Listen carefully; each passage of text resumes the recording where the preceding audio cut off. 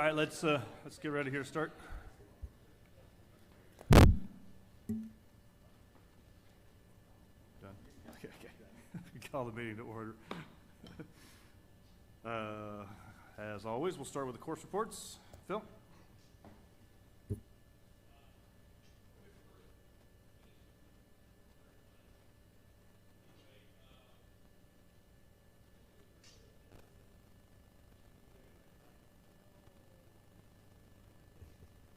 It's been a long time, been a month since I've been here.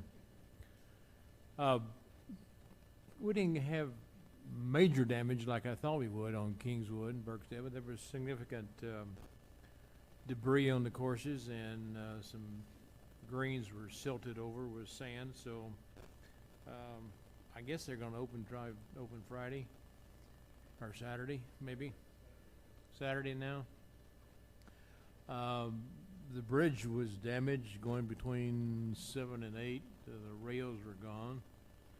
I think they got that fixed yesterday, maybe today. The clubhouse almost made their budget numbers, but they were slightly under, about probably, I think, less than $1,000. So they had a relatively good month. Aeration will continue on a few of the holes that had the silt on them next few days. So the course is closed for cleanup, and there's a tournament that was played last month that was Boys and Girls Club. Very well done, very successful, and they seem to be happy about playing there. Thank you. My inspection basically is from the end of last month. So they were still doing some cleanup from the wind damage, basically. But the mostly in general, the course is in excellent shape. That was before Sunday. And I'll let Keith talk about the damage because I haven't been out here to view it myself, so I have no idea.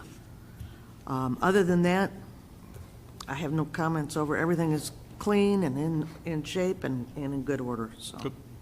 Thanks. Mark? On the Highlands, speaking to Alex, they reached their sales goal, over that, 115% of their sales goals. Cool. Rounds are doing great. The clubhouse is got everything stocked and doing great for the season. Bill has, on the clubhouse, the pub and everything, has all the TVs now set up around for watching sports games, and he's got to put one more back behind the bar, and it's set up for great, watching Sunday football, and he's doing great. The pub is. Greg, the Highlands was finally did not get the brunt of the storm, so they had some damage on, I believe, 4, 5, and 6, just picking up some sticks, raking up the rocks, and the course is in great shape. He aerated the greens about a week ago, and it's been a week since then, and they're growing in fine. He says probably around another 7-10 days, and they'll finally come together and get all the repairs finished up.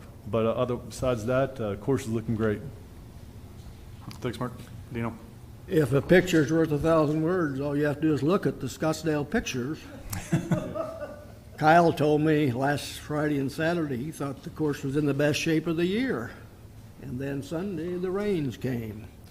In addition to all the storm damage, I learned that the clubhouse had been hit with lightning. That was the latter part of September, I believe. Knocked out a bunch of electronics. So Mother Nature has not been kind to Scottsdale. Their sales are up good. They're 150% above their budget. Golf is going great.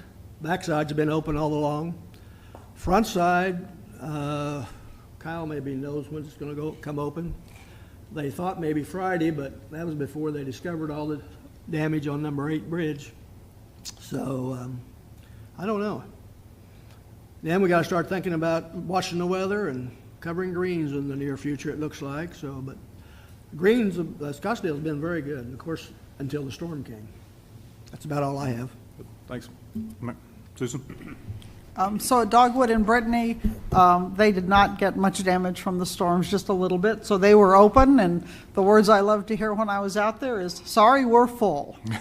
That's good. Okay, so, and they had people all day, I mean, all day the last few days out there on Brittany and Dogwood, so that was great. They've made their budgets in all departments for September, and Paul is keeping track of the changes that food and beverage especially is bringing into the clubhouse from a staffing perspective. So he's doing that. They aerated last week, should be back up to speed this week. I did leave one thing on my report, and that's the road crossing at number 8 for Brittany. As Brittany crosses that road, if we get much more play on Brittany, we really need to get some kind of a crossing signal or something right there, because as you're coming up from Brittany on that road, you can't see the cars coming at you. They can't see you.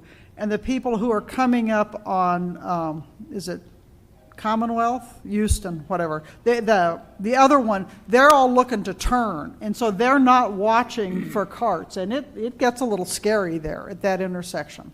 So that may be something to keep a watch on. So anyway, I just left that on the report this month. Susan, aren't they doing, what is it, Gomez and well, the Stratton? Aren't they doing something out there? Oh, yeah, sorry, they're October? doing soup suds and songs, I think, and it's this Saturday. So come on out. The soup starts at 4, and then I think they're starting to do songs at 5. Okay. Also, the Friends of Dogwood met yesterday, and we came up with our project list for next year. So we'll pass that through the process. A lot of small gardening projects really focused on first impressions as you come into the facility. There's a lot of things that look pretty dated over there. Sorry I had to cancel on that the last minute. I got That's okay. busy, so We did just fine. Good. Gary? Not a lot to report with Tanyard, new to report. They did weather the storm very well. Hillary said that the practice tees were recently aerated and filled, and they absorbed all the water, and they were hitting off of them the next day. So they've been doing very well. But all in all, everything looks good at Tanyard. Cool, thanks. That's it. Daryl? All right, I want to make a quick correction. Third line down on card revenue, it said we gained. We actually held some ground. It's been right, held and they're not gained. Anyway, we go through the revenue report for September. Green fees, trail last year by $70,000. Golf cart revenues down by 32. Like I said, we held some ground a little bit, even with the weather. Guest revenue is up by $5,000. Merchandise revenue continues to stay ahead by close to $11,500. If we look at our rounds report, total rounds, we are down by 4,953. Breakdown is as follows. Member rounds are down 6,442. Non-member rounds are up 1,498. Now, if you have a look, you guys brought to me last session, if you have a look at our actual rounds breakdown, we have a look down the bottom left. I'm going to start collecting data as we move forward, which I think is a good idea. We've talked about it, and we've got there, say, Burksdale closed May 16th due to bridge and remains closed. Dogwoods and Brittany were closed May 19th for the fire. Total days closed was 15. And just the little stuff like that, I'm going to keep the rounds on there, keep accumulating it. That way we store it and we can move forward. Does everybody like it just down the bottom there? Pretty simple, cut and dry. The number of days closed are for the month or for the year? That's for the year, this is year to date. It's year to date right now. And those are just major events. I haven't included maintenance days or anything like that because those... Well, that's a year after year thing. Yeah. So, well, that happens every year, so Yeah. it's this type of stuff is what... So that's kind of Good. where, those are the days on there. Yep. Everybody like the way that shows, and I'll elaborate on that and make it however you want it. The only other thing that I would like to see if we could, if it's possible, again, is when we look at days closed, that's been when the course of restriction would be closed, right? That's them. Days, that,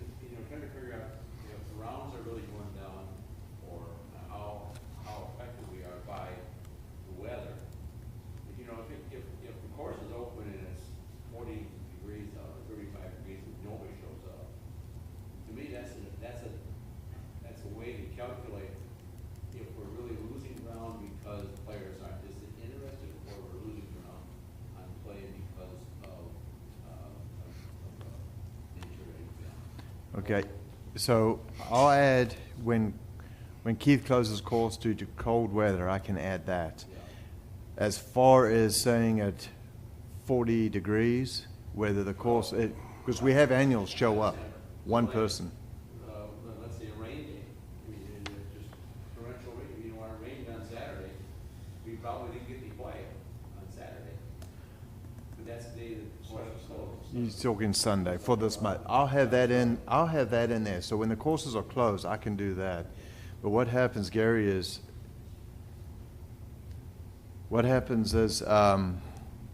say we might not get play over here at Country Club because of the rain, and people will play somewhere else at other locations. So weather's, to me, Well, is vague. if you do it by course, if you got the play at the country club goes down to 0 because they're moved over to Highland, because you couldn't play here because of rain or whatever, then it's a non-playable day. What I'm trying to get But to the is, course wasn't closed, though. I understand, but I'm trying to get to it is to try to determine if play is going down every year because people aren't playing golf, or they're affected by other outside issues. You know, I mean, if we could come up with a metric that says we had 43.4 rounds of golf per day this year. Next year we had 42.3 rounds of golf per month this year. We would know that the metric is not because we're losing golfers, but because we're losing days of play. Days of play has to enter into it and determining if golf is declining. And at some point in time, we'll have to make a decision on what's going to happen with golf. If golf continues to decline, is it because we're losing players or are we losing opportunities to play? That's all. And I know it's not might not be an easy thing, but I think we need to think about it. Maybe we can get together and talk about how we could put a metric together that would do that. As opposed to, just to say, when I talk to people that look at these numbers, they say, oh, golf is declining. We're going to have to cut a golf course off. Well, maybe it's not declining by intent, but it's declining because we have external resources that are causing us to not play. Okay, so the 4,953 rounds are down from last year, and we were closed for 21 days, right there, and we had a cold start to the season. We're doing all right. We're hanging in there. Yeah.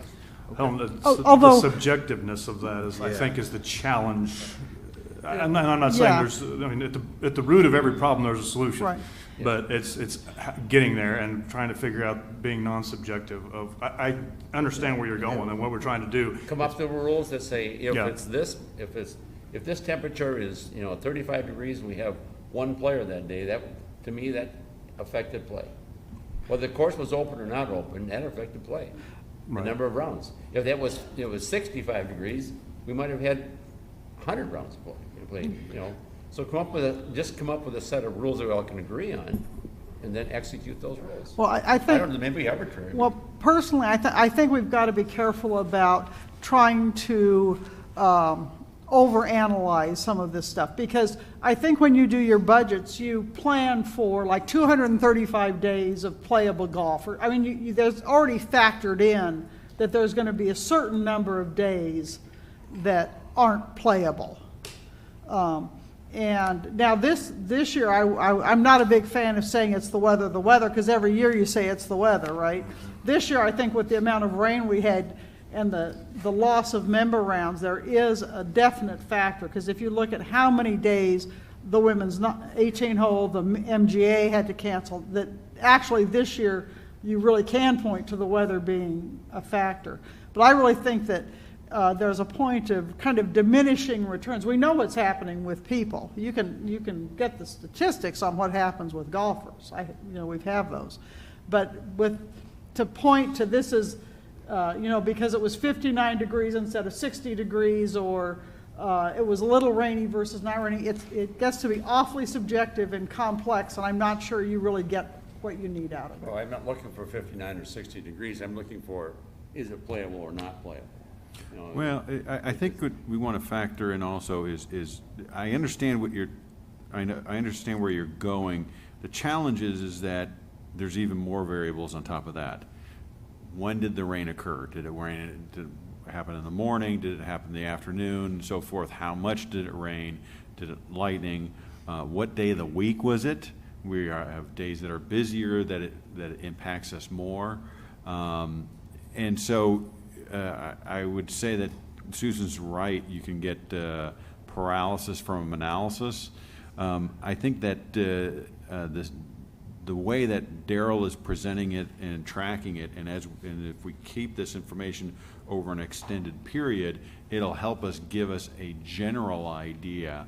But there's always additional factors. What we don't want to do is we don't want, at the end of the day, we always want Daryl out of his office as much as possible, and we don't want him over-analyzing it.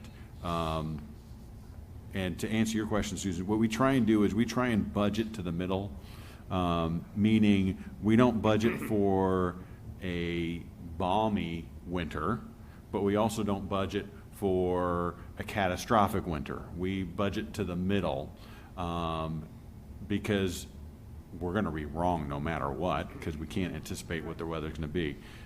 But also remember that the first few months of the year are very small revenue months when it compares to like July, because Yeah. you 2 days in July is the same as January. exactly. So I'm going to jump in, Gary. I've actually visited with the national rounds forecasting over the whole country, and they got a great report. Tammy and I were talking the other day that we should possibly include in this, and it says average range, average temperature for each separate state and the regions and what they do. The problem with that is we only get it next week, Friday, so we're behind this meeting. But I can include it in this package so we can keep a record. That's what I look at to see what the rest of the country's doing. So not last month, the month before, the 3 states that were behind by 4.2% was us, Tennessee, and Texas. All around there, everybody else was actually positive and growing golf. We were hurting a little bit, and the rainfall was exceptional. I mean, it was high, Right. and that's where Well, that fell. just look at Highland. I mean, we've had, what, probably close to 70, 80 inches of rain at Highland. Over there. I mean, that's got to have an effect on rounds of golf. So if Highland's down, you can point to it. I'd just like to, as opposed to, sit there and be, subjective. Yeah. Have some sort of an objective view of why it's down, so we can report that out to the Yeah. populace. But that is also one reason why it's not of much value when you're looking at annual rounds to get too wrapped up in how many rounds at Highlands or Dogwood or whatever, because people move. When somebody's closed, it shifts, and you can see that over the years. So, and that's not really what we should be evaluating, whether we keep a course open or not. You really have to take a total, and rounds are down. Susan? That's my comment. Okay. We move up from course to course, so if it's raining in one place, you might not have anybody there, but a lot of those people move to another one, so they're still playing. So ours is kind of a unique situation, that we have other places to move them to. I would like to see, even though it's a month behind, that'd be I can good put- to, so next month, put it in the packet, it'd be good to see. Yeah. If you don't mind, that's good. Like it. Okay, thanks, Gary, by the way. Yeah, thanks, Gary. Moving on to the book sale update. I mean, most of the focus is going to be on Keith tonight as far as what has happened. I just want to give the board an update. I said I'd go on and get some numbers for you. And I want to thank Reed over there that spent lots of time with me, and I apologize for spending time with me. We're sorry, Reed. I don't understand him. He doesn't understand me. It's a good, no, good team. He's a heck of a guy, and I appreciate everything he did. I've got some numbers to share.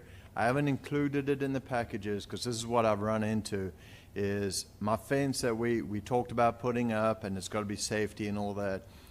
Since the winds have come through, the fence guys are busy. They got more work than they need. And when you say, can you come and give me a bid, they turn around and go, you paying me for it? Because they're busy on jobs. They're doing stuff. They're getting it done. So I have got 3 bids out there. I have yet to get one back. And we're moving on. And the guy that was promised me he'll get something today, he's busy fixing fences in Rogers from the flood. So stuff got washed away. We're looking at some gravel coming in. We're looking at about 13,500 for the gravel for the cart path. We're looking for sand to come in at 1,500. Lane dividers to go down that big slope at 1,012, and that came down. Reed found some good stuff in there. Got some concrete anchors that we got to do and some sign estimates for safety signs. We're looking right now, and that doesn't even include the big one, around 16,000 is what we're looking at to do everything. And the fence, I think, is the big part. But I don't want anybody to panic. We've got to get this done. We're trying to get golf courses open. And Reed, thank you for getting those to me. As soon as the fence comes in, I will have some proper numbers and present it to this board as soon as I get some bids back. Jason, now's a good time to think about that number, because if that had all been in place Saturday, you'd be redoing it again today, because it's not going to be stable, and it's in the floodplain. So I'm just mentioning that because I think you need to keep that in your mind. Any questions for me? One question on the gravel. Is it for the cart path going from 1 to 2 and coming back up the hill? Not for back up the hill. It's for 3, along 3 on the back side of the green, where you've got to go on the creek side, and then behind 1 green and all the way back down to the road to the parking lot. So we're not on the hill that goes from 1 to 2. There's no gravel on there. Nothing changes there. It's just going to say a cement cart path or whatever it is. No, we're putting dividers down there, so 1 down, you go on the right. But it's not being, you're not widening it or anything like that. Okay. Yeah. Same structure. Same structure. Thank goodness, because that would be pricey. So I sent a question, and I just want to talk about it. Do we need permitting to put up fencing in the floodplain?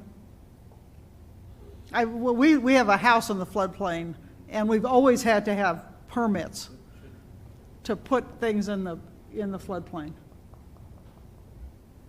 Well, I think you're going to have, you might have a permit from the city if they see you doing the work down there, because they require permits for anything like that. And then you've got architectural control on what you can or can't put up, or a waiver. And as far as a permit from a national perspective for a fence, I really don't have any idea.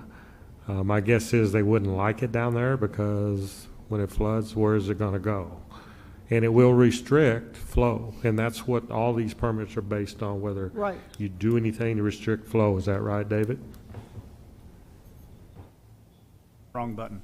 Probably correct. We wouldn't be doing anything to change the volume of the floodplain area. However, the fence might have the potential of collecting debris, and that's when you could change the flow.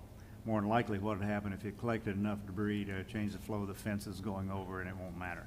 I don't think we'd get in trouble on that, and you know, from a safety standpoint, that's why we're doing it. And we're far ahead of it to go ahead and consider the safety of our members rather than worry about what the Corps of Engineers might say about us putting up a little fence. I don't think they'll really care. And like I said, it may be the city. And to be real honest, I don't know why the city would care. Tom? Yeah. We'll definitely look into it.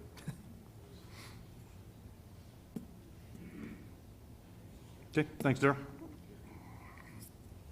So we're still waiting on Brookstone. So we'll.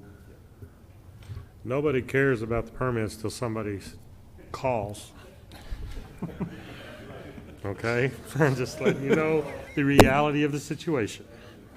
Haven't been there numerous times. Okay. On status of cleanup, I'm going to do it first before I go on the storm damage. And the reason I'm doing that is because I want to talk about, we still have August windstorm debris to get rid of on Burksdale and Highlands, to get it to the location so that we can bring in the company to grind that stuff up and get it out of here. I've talked to that gentleman. He's out of Rogers. He can be here in 2 to 3 weeks. I don't have an exact date, but so we need to have everything in those parking lots by then. The plus for us is all this debris we're picking up now from the flood can also go in there. So that is a slight positive, try to find something positive out of a dark situation. So that's where we are as far as the August storm cleanup.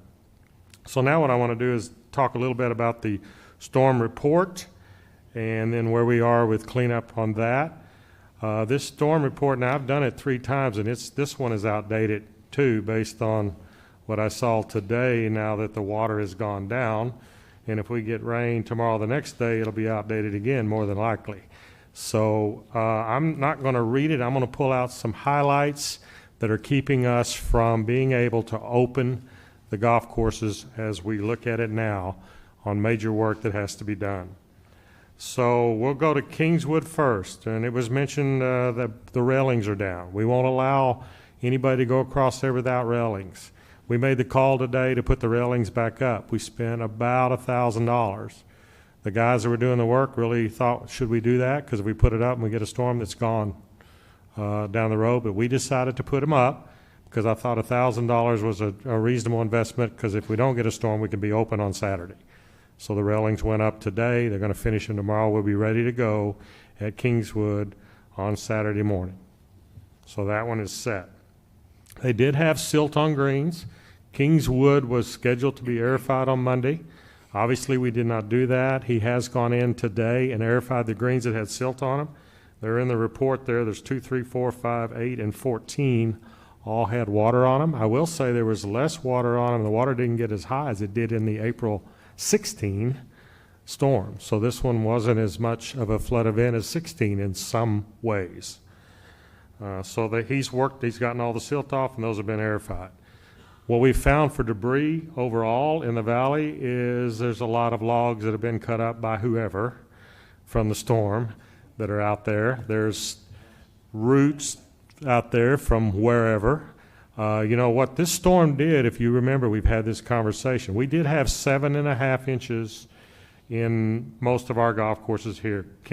Our shop, Burksdale, he only recorded 5. I asked him twice, is he sure that the gauge wasn't running over, because everybody else had 7.5. But the thing is, when you looked at some of the data in Pea Ridge and Moore, Bentonville, and Rogers, they got 8, 9, 10, 11 inches up there.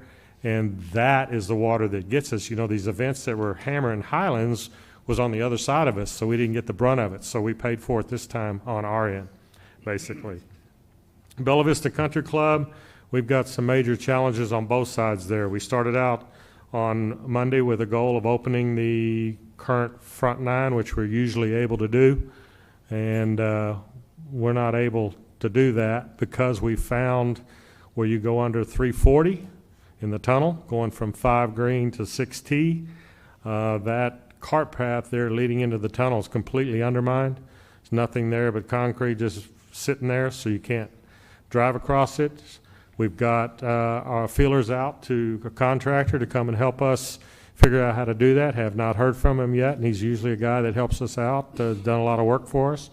And we're compounding the problem. There is a telephone cable through there as well. So the phone company will have to do something there to get across under there from 5 to 6. So the front 9 is closed indefinitely for that reason right there.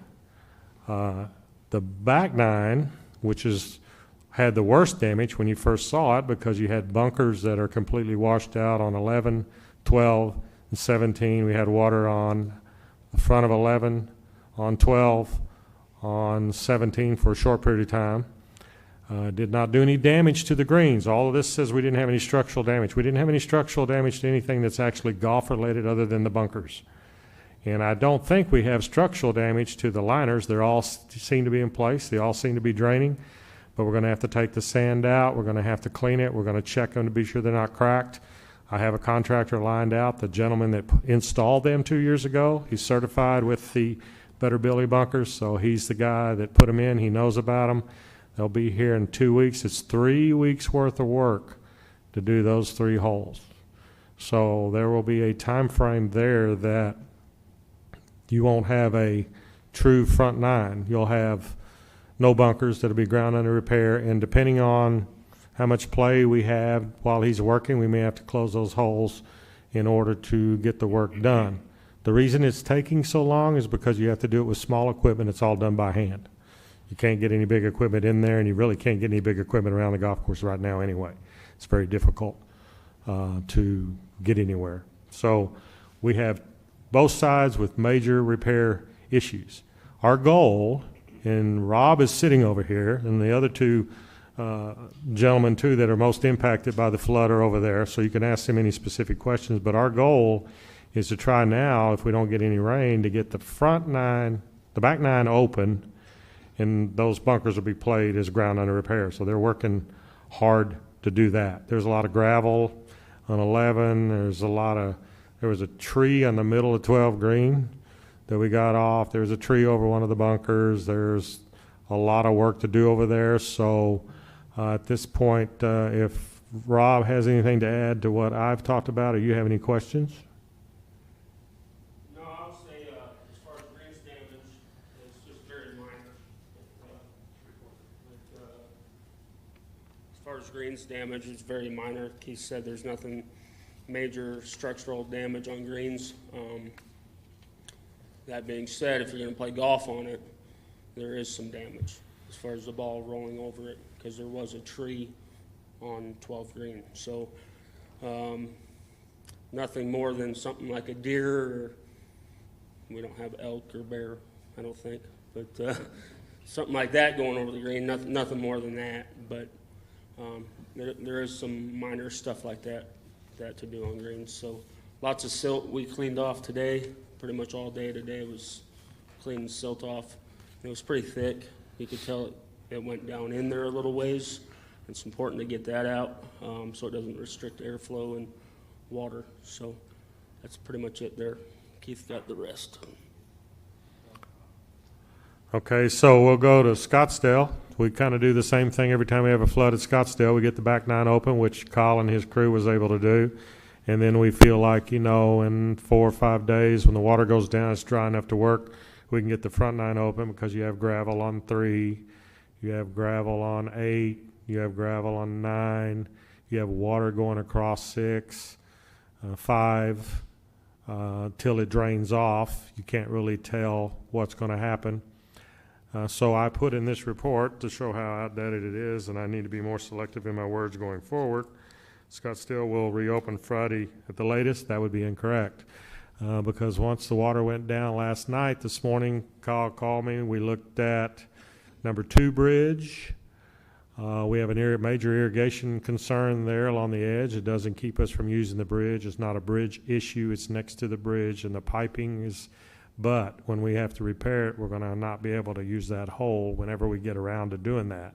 The bigger issue, and the reason we cannot open the front for the foreseeable future till we figure out what we're going to do, is the cart path coming off of 8 on the green side. It is completely undermined. The irrigation line is completely exposed over there, and there's a lot of gravel around there, but the cart path is concrete, and it's just like a country club. It's just a layer of concrete and nothing under it supporting it. So at some point, something weighted gets on there, whether it's our equipment, which they don't get on, our golf carts or whoever, it could crack.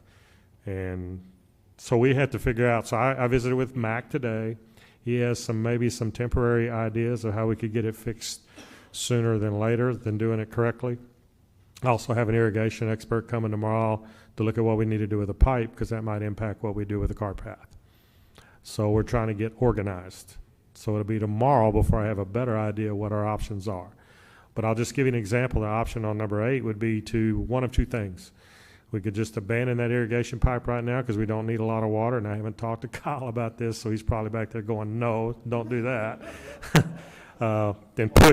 And push gravel up under it to just hold it where it still might break, but it'll only fall a couple inches, so it wouldn't be catastrophic to whoever or whatever was on it. I'm not real keen on that idea.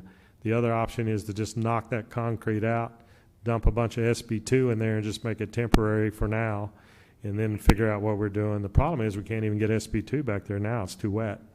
You can't get anything in there without tearing a bunch of stuff up to get to it.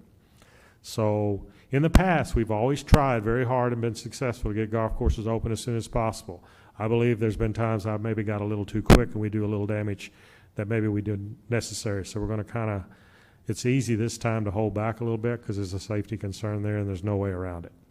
So that's where we are on Scottsdale. Plus, the water's just off, so, you know, the front nine, you were going to be playing number 3 as a par 3 for quite a while, and he was going to shorten one of the other holes too. So that's kind of my take on it. So Kyle's over here, so if he'd like to add anything or answer any questions about what he's seen. It's a shame because I had some of my friends from Dallas that play Bermuda grass greens all the time. They played Saturday, and I got all kinds of emails back about how great it was. And then Sunday came. Disappointing. Okay, Kyle's good unless you have him a question. Highlands didn't get hit too bad. The gravels 5, 6, and 7 we always do, but you know they were open right away. Dogwood was as well, but we do have some damage to the left of 14 at Dogwood. That creek where it comes across on that left side by the tee, it keeps trying to work its way out into the fairway. It won't keep us from playing golf, but we will have to fix that. So we will get numbers for all of that. We'll prioritize what we need to fix first. Obviously, it'll be the car pass to get the courses open, be irrigation to do that, the bunkers, and then we'll see where we're at. So it looks like right now you're going to have 9 holes at Scottsdale through the weekend into Monday. You're going to have Kingswood, as we talked about. You're not going to have, you might have on Saturday 1-9 at Bella Vista Country Club, and then the other golf course, and that's where we sit. Yes, ma'am. I have a question. What about the Burksdale Bridge, the main bridge? Was there any more damage done to it? Not in appearance that I can tell.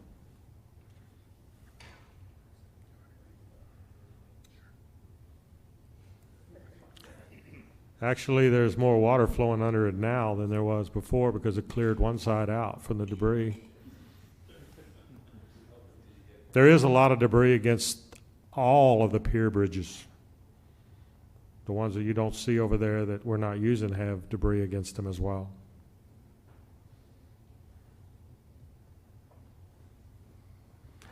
Well, I would love to give you a better report. We're working to get it done as quick as we can to be safe and be sure you're safe. I understand the loss of revenue when you don't have golf, but I also understand there's an added expense if you don't do it the right way and you get in too big a hurry. So what I plan on doing tomorrow is writing up a short version. I'm going to correct this one, and then I'm going to do a shorter version for the e-blast. It's going to tell why the golf courses are not going to be open, those that we specifically talked about, so they know what we're working on, so they can understand it's not just because there's a few logs out there. It's something a little more severe than that. And once again, Keith and the guys here, appreciate your hard work because it was a mess again. So keep going. Weather's weather. We'll deal with it and get it open as quickly as we can. All right, I'm going to jump in before Tom gets in. With that said, I wanted to follow up. Golf tournaments have been moved. Obviously, there's no mixer this weekend. So we are looking at a date. We've already kind of got a tentative date, and we're actually looking at moving it to Highlands. So we can get, everyone was excited to have the 4 mixer come back. And then this happened, so we canceled it this weekend. We had the Bentonville Chamber of Commerce coming out on Friday, double shotgun in an event. We just visited with them, and we are going to reschedule that, so we're not losing revenue on that. They're going to work with us. That date will be coming out. In fact, I think the email just went out just now on my phone. We've got a date locked down for them, so that's a positive thing. And on a positive note, we had NCCGA, which is kind of a tournament with a bunch of college kids that are trying to make it on the playing team and all that type of stuff this weekend. I kept it on the down low. I didn't know how big it was going to be, but it was interesting. We had Oklahoma State, Oklahoma, Arkansas, Pittsburgh, Missouri State kids coming in, and they played Scottsdale on Sunday. There were 37 of them. So it wasn't big, but these are the guys that are trying to get eligibility to play and all sorts of stuff. And the guy running the event, I was there Saturday morning, said, "We got rain coming in on Sunday. We need to see what we can do." And I said, "I tell you what," I said, "I'll look at some tee times." So the kids played 18 at Scottsdale. They had 15 minutes to get across to Highlands. We threw them in a golf cart, and they all got 36 holes done over there. They have to have 36 holes to compete to count as some type of eligibility. So it was pretty cool. He called me today, and he goes, thank goodness. So I sent him a picture. I said, yeah, this is what happened on Sunday morning. And he goes, that's a dam. Is that a golf course? What is that? So it was kind of interesting. But we got it done, and we got revenue from that. So cool. Jason, I got one more thing, because I'm kind of remiss, you mentioned it, but these three guys that are over here, and then the two that aren't here, Scott and Greg, they do a great job, and their crew does a great job. We have someone sitting in the audience that works as a seasonal for one of our golf courses. You know, we have 6 or 7 people at the most on the golf course right now. So they are incredible, and when you see them, give them some encouragement, because they have been hit hard. Yep. Windstorm, and then this. It's been a long, tough year for them as well. So I thank you very much, guys. Absolutely. Absolutely. Tom? Just a quick report. I have to go to another meeting, but non-golf related damage. We have some cleanup work at Blowing Springs, at the Loch Lomond Park. We have cleanup work on the ball field, the fences down, and the small section of the dog park is obliterated. It's completely gone. Mike Taggart has worked for us for 35 years. It's the largest volume of water he's ever seen in that area. It's pretty bad. We'll have to consider relocating that dog park. It probably doesn't make any sense, the small section, to relocate it, because it probably doesn't make any sense to try and rebuild that area because it's so damaged. We'll have numbers in the coming weeks. You know, you got the report from Keith, but you know, we've had other floods that have caused more costly damage.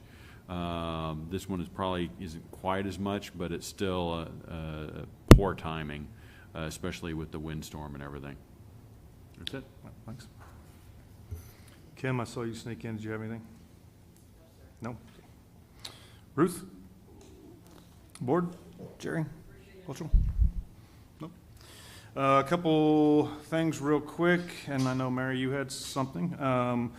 As most of you know, I mentioned this at the board meeting last month, but I assistant coach the volunteer for the Gravit golf team, and Highlands is actually their home course. And huge thank you to the POA, to Daryl and his team, Keith and his team, Greg and Alex. We finished our season this year. Should have done a little better, but we were lucky to have 2 females go to state for 4A, and 1 young man, and I bet everybody knows who the young man was. Braxton, he played yesterday, struggled a little bit, but back-to-back, freshman and sophomore going to state, so that's good. He'll be ready next year as a junior. And then Mark's youngest daughter, Rachel, went to state this year for Gravit, and she actually made All-State. She was finished 7th, I believe, in 4A. So, and Lizzie Ellis. So all 3 of those kids grew up in our junior program. So growing strong, and everybody's still young. We don't have a senior on the team this year, so we're pretty excited about next year. So thanks to the POA and Daryl and his staff for that. Mary, I'll let you go ahead, and then I want to bring one more thing up. It's been brought to my attention that a lot of the women playing have trouble on number 15 at Scottsdale, hitting over all the tall, the weedy. It's the par 3 that goes down the hill, Keith. Okay, and a lot of the women cannot hit the ball far enough. Some of our older women to get it down past the weed area, or they hit it in the woods. I would like to propose that we look at putting a drop area as you go down, because there is no drop area there, okay? As you go down the cart path, you get on the right side is woods, but when you get to the end of that wooded area, there is a flat section. And there's a red stake right on that corner. Can we get that area mowed and keep it mowed short and put a drop area there? Because we have no drop area for anybody, if you go in the woods or you go in the weeds, so. I don't think it'll be a problem. We'll go look at it, because, on 15. On And then 15. it's more Daryl's issue than it is ours. I would have to get involved because it's not a forced carryover thing for drop area. We might have to make it a local rule or something like that. Absolutely. Because it's USJ rules, it doesn't deem to have a drop area, so we'd have to have a look at that. But Okay. I'll go Because I've visit talked with these to Alex guys. a little bit, and he thought it would be a good idea, too, that if we could do something like that for the women. Just to help the place Yeah, play. because they don't have any place to go. They don't, there's always a question, where do I drop?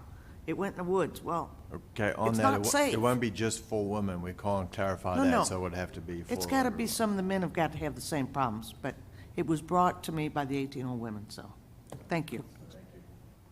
I failed, we didn't have a big audience from members. Did anybody have anything to speak? Nope? Okay. Thanks. Thanks, John. Last thing I wanted to bring up, and it's something that I kind of shot out to Keith and Daryl late Sunday evening after all this weather, was a emergency task force or something to that effect that the golf committee maybe should put together when events like this happen. I know there's some things we can't do from a liability perspective, chainsaws and things of that nature, but I mean, my back is terrible at 50 years old, but Phil's isn't. Phil's can move logs and stuff around, I'm sure. But I don't know. It's just something maybe to think about as a committee to when something like the flood happens or the trees down or wherever we could step in as a committee and maybe also reach out to volunteers and start something as a task force or emergency help or something to that effect. I believe the trails team does some of that, and so just maybe look at that. Just food for thought. Just thinking through that. Trails did? And that's all volunteer, right? Well, gotcha. Right.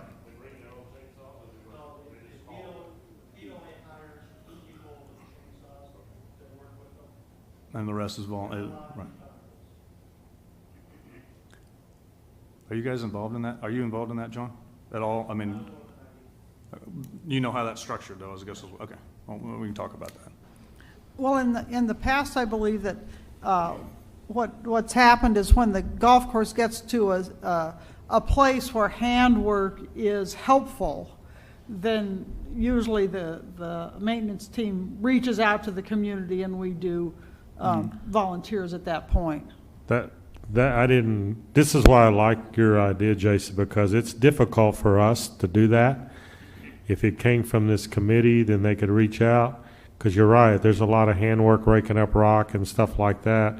And we used to have people involved, but now we have to have all these documents signed and some help organization from this group to bring in people, and then we could work with this group and say, hey, these are some areas, can you find somebody?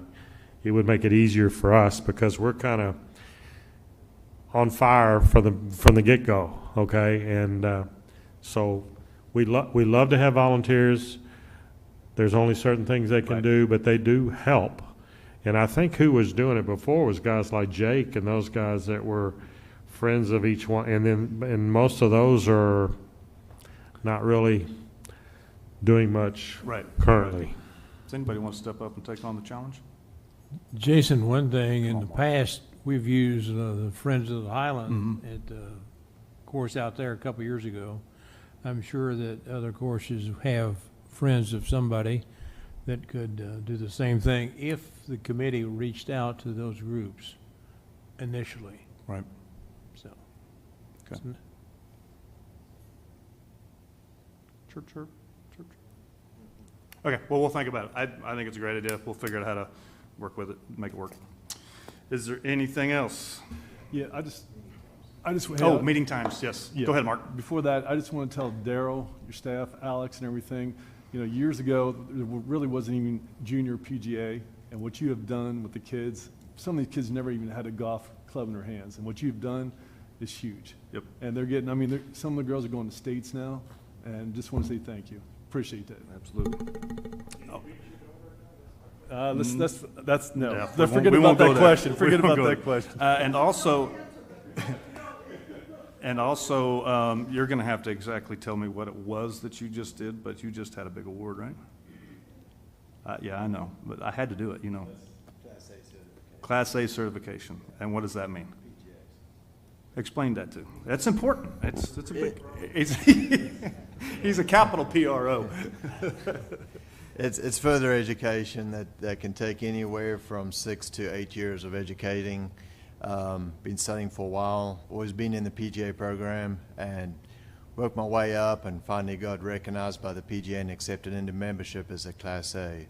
And that's a big recognition, and I'll carry on furthering my education and masters and everything. They check on you, you do continue playing. Now I get to play in some events and maybe qualify for the PGA championships and stuff like that. So it was an honor to be included, lots of interviews and stuff. It was an honor, and I want to thank the POA and my friends for supporting me as you go through. It's tough to do it with the family, working and everything too, but I was very relieved to receive on October 1st, so it was a good deal. Congratulations. Yes, absolutely. I had to do it. I flew through those, thanks to your help. We expect to see the master classification come up next. Is that like a black belt? Last thing is starting November to AM. Do we want to do it? Did we do it 8 or 8:30? I can't remember in the past. Has it been 8 or 8:30? It's been 8:30.